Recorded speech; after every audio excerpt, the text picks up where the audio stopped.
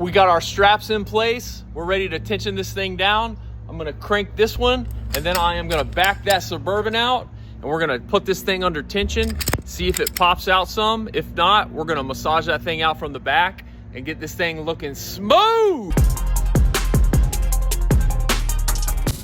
Got us another one. Look at that sucker. Look at that beauty. Nice dent in the fender of this Malibu. Let me flip this thing around. Look at her. Isn't she something? Man. Impact point right here. Boom. Blew this whole thing out. Lip underneath is bent. We'll have to deal with that. This gap's jacked up. Guess what we're gonna do? Yes, sir. Strap here. Boom. Right there. We're gonna glue another strap right here. Hook it to that bourbon. Gonna say, all right, pull it up. Stretch this thing out.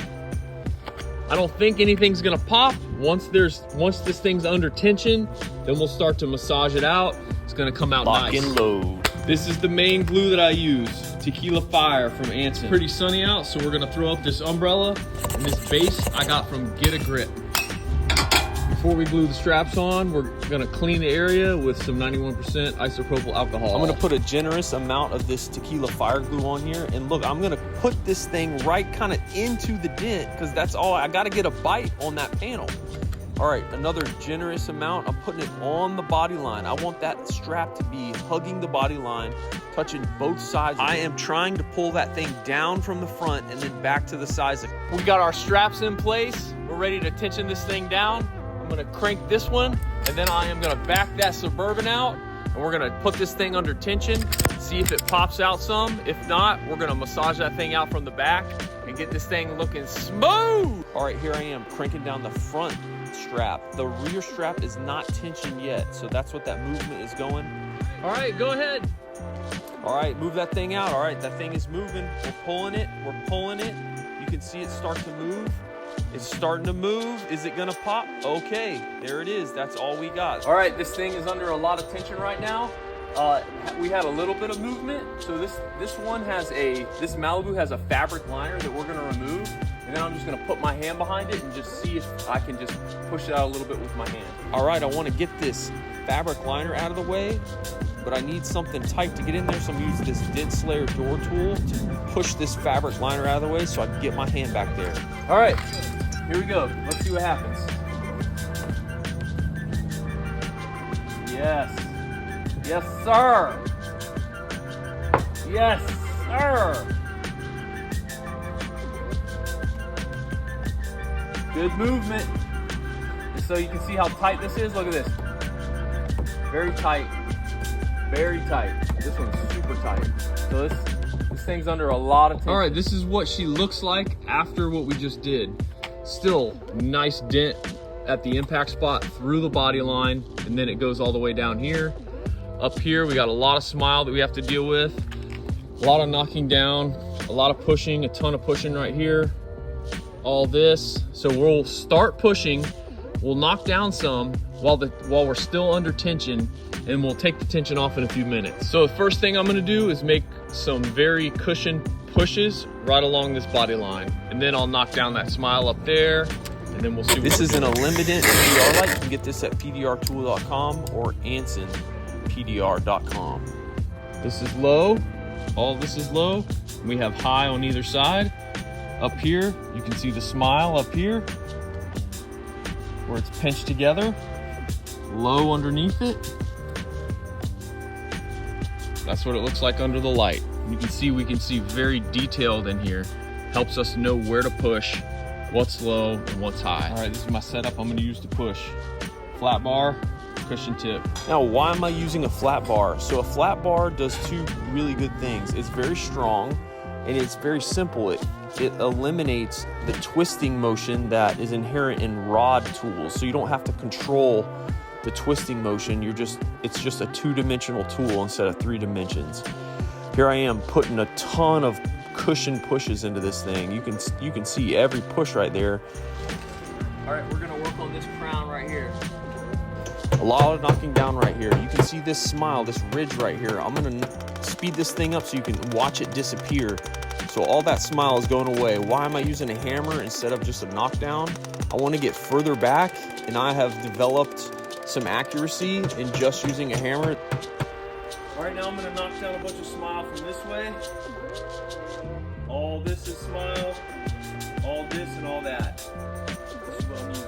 All right, back to just using this hammer. This is a soft but firm hammer, and you'll be able to develop this accuracy with just using a hammer over time. At first, you're gonna need to use a hammer and knockdown. All right, it has come to the time where now I need to release this tension and get those straps out of the way so that I can complete this repair.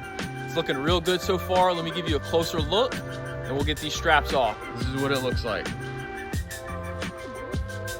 Still got a ways to go, but we're in basically back into rough shape. Get these things out of the way and then we'll finish this thing off. We're gonna release the tension on these straps. All right, tension's released. Now we're gonna use some 91% isopropyl alcohol.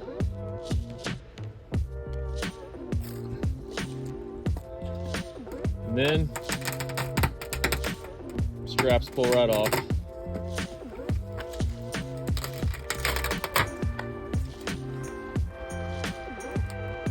Now I just gotta pick these little bits off and I'll show you what it looks like afterwards. No damage to the paint. Here's the leftover glue bits. Here's what we're gonna do. We're gonna heat it up a little bit. And then after it's heated up a little, we're gonna use some 91% isopropyl, clean it right off. One thing I should have done to avoid all these little bits is heat up the panel more before I removed the straps. That would have made this a lot easier, so now I'm gonna have to do some tedious cleaning of it. I could have avoided that if I was smart, if I would have thought of that. All right, glue's off. See, no paint damage. All right, we're gonna work all in here. Again, I'm using a flat bar. When I am working on a fender, I am trying to use a flat bar as much as I can. These things help you so much, especially at the beginning of learning paintless dent removal, to keep things more simple and controlled. You can have a lot more control with a flat bar and a lot more power usually, depending on the flat bar used. This is a wheel lip tool, and that thing curves in whenever you have a lip that keeps you from using a normal flat bar. That thing's gonna get down into the lip and help you get those pushes where you need them down at the bottom. We got our board flipped around this way. I want to show you guys where we're at. Okay, this way you can see all these horizontal areas that we need to push on. Even down here. All right, this happens whenever you push from a different way. This is called cross-secking. And you can see this area right here is high. There's a lot of high things over here, a bunch of ridges. So I'm gonna go in here and knock down all these ridges and then push from this direction. All of this over here needs to be pushed up. And you can start to see the lows up here, all these high ridges, some low area right here. See all that. All right, I'm gonna get pushing, knocking down. Okay, you can see this is like a nice trend of high smile right here. I don't know if y'all can see that yet. Kind of needed more of a trained eye there. Push that board back to see it better. Now you can see it a little bit better. Have to knock that down. We still got this big low up here. I'm really not worried about that. That's not gonna be an issue. Down here, this is where most of our attention is gonna be focused, so we'll get to that. All right, I'm gonna use this Low Pro body hammer from Dent Slayer Tools from PDRtool.com.